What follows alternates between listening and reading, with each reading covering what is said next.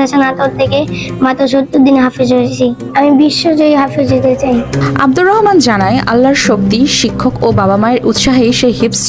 তাই আপনাদের সকলের কাছে, দেশবাসী সকলের কাছে আমার অনুরোধ, আপনারা সকলেই আমার সন্তানের জন্য দোয়া করবেন, সে যেন একজন ভালো একজন আলেম হয়ে, মাওলানা হয়ে দ্বীনের পথে থাকতে পারে এবং সকলের কাছে এই দ্বীনের দুলাভ করতে পারে, পৌঁছে দিতে পারে।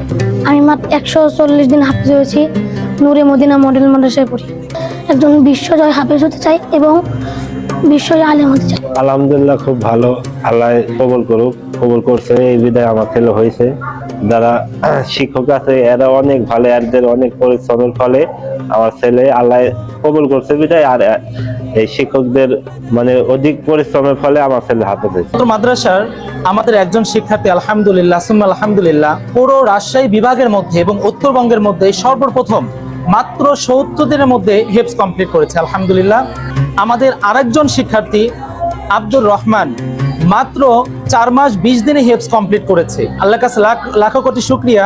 আমরা সবাই দোয়া করব যে আব্দুর রহমান এবং মারুফের জন্য, যে রাজশাহী বিভাগের মধ্যে একটা রেকর্ড গড়ল।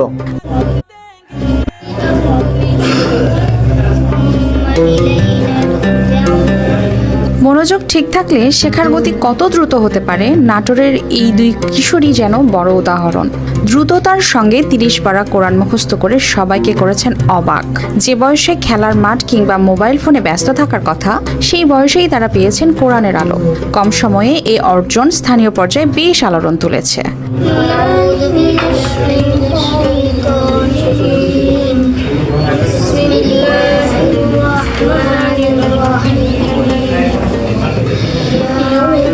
শিক্ষকরা জানান, শুরু থেকেই মারুফ ও আব্দুর রহমান হিফজ বিভাগে ছিলেন নিয়মিত ও মনোযোগী। প্রতিদিনের সবক ও মোরাকাবা তারা করত সময় মতো। শেখার ধারাবাহিকতায় তার ওস্তাদরা দ্রুতই বুঝেছিলেন এই দুই কিশোরের সক্ষমতা অন্যদের চেয়ে আলাদা।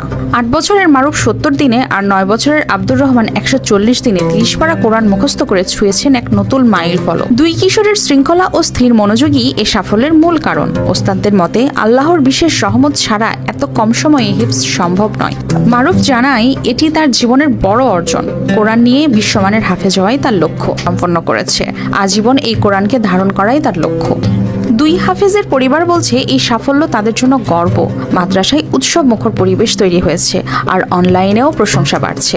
ধারণা করা হচ্ছে এ অর্জন নতুন প্রজন্মকে কোরআন শিক্ষায় উৎসাহী করবে।